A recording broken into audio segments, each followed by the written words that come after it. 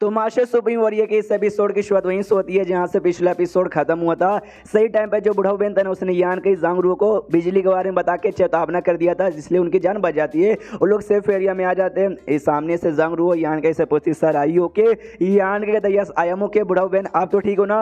बुढ़ाऊ Ben कहता, yes हम तो ठीक है, लेकिन अभी हमको ज़्यादा ये खुश होने की कोई जरूरत नहीं है, अभी खतरा आगे आना बाकी है। यान को बताइए जो बिजली यहाँ पर है, क्या ये बिजली यहाँ पे बार बार गिरेगी?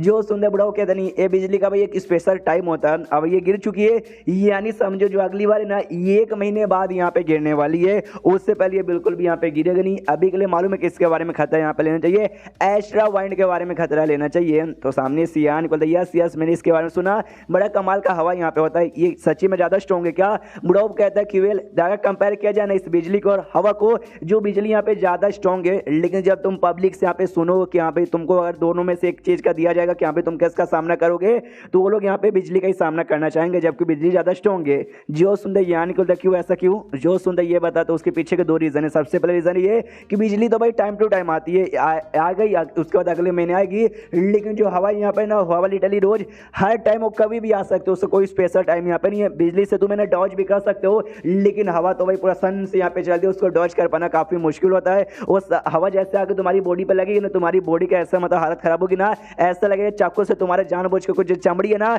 ऐसे जिंदा तुम्हारी बॉडी से यहाँ पे निकाल रहा है। इसके बचने के लिए हमको शेल्टर यहाँ पे ढूंढना पड़ेगा। यान को शेल्टर, यहाँ पे कोई शेल्टर कोई घर भी मिलेगा क्या? ये कहता है केवल हमेशा ना इस बिजली को और हवा को अवॉइड करने के लिए मैं कभी इस एरिया से आता नहीं हूँ, इसलिए मुझे इस हवा के बारे में, आई मीन इस एरिया के बारे में ज्यादा नॉलेज नहीं है, लेकिन अगर मैं अनुमान लगाऊं तो ये पूरा पैसेज का यानी इस पूरे फॉग वाले एरिया का हार्ट यानी दिल वाला एरिया होगा। ये कहते दिल वाला एरिया, कहीं इसी एरिया के अंदर घोस्ट किंग, सबसे स्ट्रॉन्गेस्ट घोस्ट तो नहीं रहता, हाँ सबसे स्ट्रॉन्गेस्ट घोस्ट वहीं पे रहता है, जो पीछे साइड से जांगरू पे हमला कर देता है। तो यान के सामने आ जाता है अपना जो सोल वार्मिंग लोटस है ना, और लोटस यूज करके आगे यहाँ पे भेजता और खुश है, चलो भाई मेरे पास लोटस था, वरना यार ये तो हमारी बैंड बजा देता। यान के सामने से सॉरी यार, हम बस बिजली और हवा से बचने के लिए सीरिया से जा रहे थे, हम आपको डिस्टर्ब करना नहीं चाहते हैं। तो सामने से घोस्ट यहाँ पे नहीं मानता, वो हमला करने को तैयार है। यान के कहते अरे यार मैंने बातों से समझाने की कोशिश की, लेकिन तुम यहाँ पे समझे नहीं, लगता मुकाबला करना पड़ेगा। तो घोस्ट किंग भी कहता बच्चे तो खुद को ज्यादा ही ओवर एस्टिमेट यहाँ पे करो, उतना भी ज्यादा तू खास नहीं। और कोई अटैक ऐसे यान के पे करता तो यान के भी अपना जो डिवाइन सेंस वाला अटैक है ना, वो अटैक करके भूत को दूर यहाँ पे करता और कहता सच्ची में यार ये घोस्ट के यहाँ पर है, जैसा इन्होंने बोला था वैसा यहाँ पर है, मैंने इतना स्ट्रॉन्ग अटैक किया, लेकिन उसके ऊपर कोई ज्यादा घंटा असर हुआ नहीं है। तो सामने से ये कहती है जांगरू के भाई मेरे तो फट के 4 हो गई थी। सामने से बूढ़ा कहते भाई फटवाना यहाँ पे छोड़ो, हमें निकलना पड़ेगा, हमारे पास ज्यादा टाइम नहीं है। जो वाइंड यहाँ पे था ना भाई, एस्ट्रा वाइंड धीरे धीरे इनकी ओर यहाँ पे बढ़ रहा था, तो हवा आने से पहले जो हल्का हल्का सा आता ना भाई, पतला पतला हवा वो आ रहा था, उसी से यान के को तकलीफ हो रही थी। यान के कहते यार जब ये इतना तकलीफ दे रहा है, जब एक्स्ट्रा वाइंड आ जाएगा सोचो भाई कितना ज्यादा डिफिकल्टी यहाँ पर होगा। तो उतने में सामने से बूढ़ा कहते चलते रहो चलते रहो चलते रहो, सफर अभी भी ज्यादा लंबा यहाँ पर है। ओ नो, यहाँ पर तो डेड एंड आ गया, लेकिन चलो चलो पास में हमको एक केव यहाँ पे दिखाई दे रहा, तो उस केव के अंदर चल जाते। उस केव में यहाँ पे 1 2 नहीं बल्कि ढेर सारे बंदे पहले से मौजूद थे।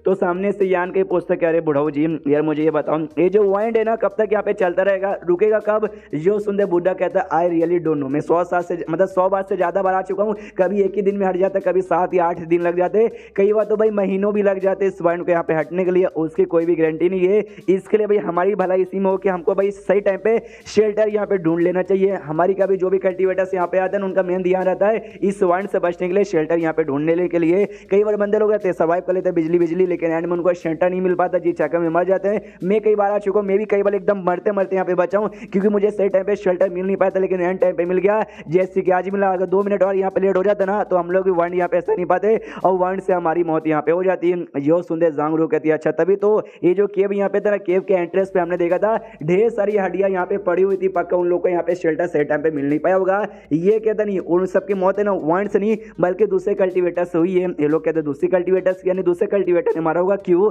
तो ये बूढ़ा बताता नहीं, बस कहता आसपास यहाँ पे देखो, तो आसपास ढेर सारे बंदे यहाँ पे थे। तो जो बंदे नए नए आए थे ना, एक लड़के पास जाते हो, कहते ओ लड़के हम यहाँ पे आ चुके हैं, चुपचाप हमको यहाँ पे रहने दो। वो लड़का कहता नहीं भाई ये हमारे एरिया है, हम तुमको यहाँ पे रहने देंगे नहीं। तो पहले वाले को गुस्सा आते, कह रही है तोरी तो माँ का, लेकिन ये बंदा स्ट्रॉन्ग, इसके साथ पंगा ले नहीं सकते।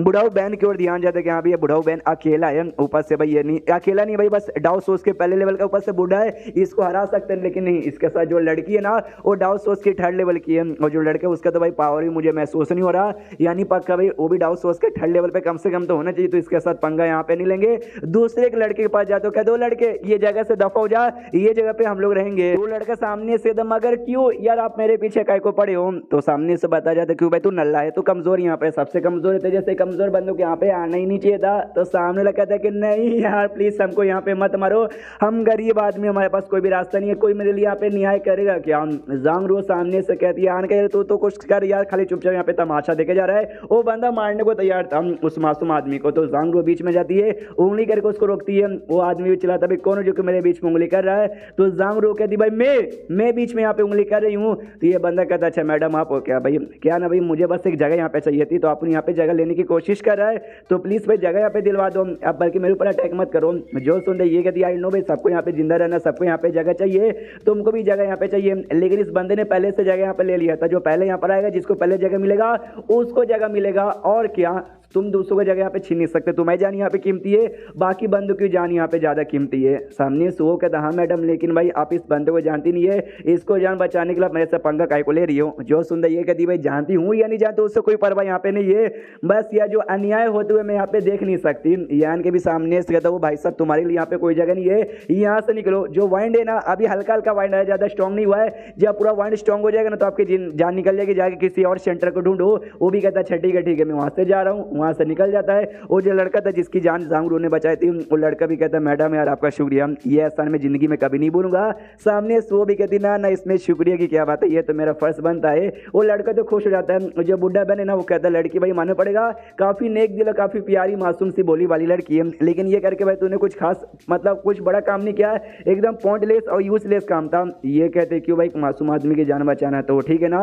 ये कहती हाँ तूने अभी बचा लिया, लेकिन भाई अभी वाइंड ज्यादा स्ट्रॉन्ग हुआ नहीं है, जैसे वाइंड यहाँ पे स्ट्रॉन्ग होगा ना ऑटोमेटिकली लड़ाई चालू होगा, बंदे एक दूसरे की जान निकालेंगे, तो वैसे होता है वहाँ। और ढेर सारे बंदे आते हैं जो कमजोर लोग को देखते हैं उनको मारना वारना चालू करते हैं, उनका जगह जबरदस्ती ऑक्यूपाई करना चालू कर देते हैं। और ऐसा करते करते मार पिटाई कुटाई वटाई होती है। जो वाइंड यहाँ पे था ना वो जितना हो सके उतना फ्लो में यहाँ पे होता है। तो सामने से बड़ा बहन भी कहता है हाँ भाई जितना स्ट्रॉन्ग हो सकता है वाइंड उतना स्ट्रॉन्ग यहाँ पे बह रहा है, यानी ज्यादा हमें टेंशन लेने की कोई जरूरत नहीं है। यान के सामने से कहते देखो भाई एक बार तुम किसी कमजोर आदमी की जान यहाँ पे बचा सकते हो, जिंदगी भर नहीं बचा सकते हो। अगर उस आदमी को जिंदा यहाँ पे रहना है उसको अपने पावर पे डिपेंड होना पड़ेगा, समझ गई। जो सुनते वो सामने से कहती यार समझ गई, फिर आराम से अपना टाइम यहाँ पे गुजरे जा रहा है। महसूस होता है जो इन सोल है ना इन सोलियर डायरेक्शन में आ रहे, लेकिन क्यों यही स्वाइन से प्रोटेक्शन के लिए हम लोग शेल्टर के अंदर यहाँ पे आते हैं। जो इन सोल है उनको भी शेल्टर चाहिए, लेकिन वो लोग अपना शेल्टर कहीं और ढूंढते हैं, वो लोग यहाँ पे तो नहीं आते। यान के सामने से बड़ा उससे पूछते क्या ये बात सच है जो इन्होंने बोला। ये कहता यस वाइंड यहाँ पे इतना स्ट्रॉन्ग होता है ना कि भूतों की तक की भी बैंड बजाती है, इसलिए वो लोग भी अपने शेल्टर वेल्टर ढूंढ के अपना आराम से सेवा पानी करते हैं। हम जिस वो शेल्टर में नहीं आते जिस शेल्टर में इंसान लोग जाते हैं, लेकिन ऐसा नहीं कि वो लोग आते नहीं है, वो लोग आना नहीं चाहते, लेकिन इस और बात अलग है आ जाते हैं। इन सोल यहाँ पे ढेर सारे आ जाते हैं और चैप्टर यहीं पे खत्म हो जाता है। तो चैप्टर खत्म तो वीडियो भी खत्म। तो मिलते हैं अगले किसी वीडियो में, जब तक के लिए बाय बाय।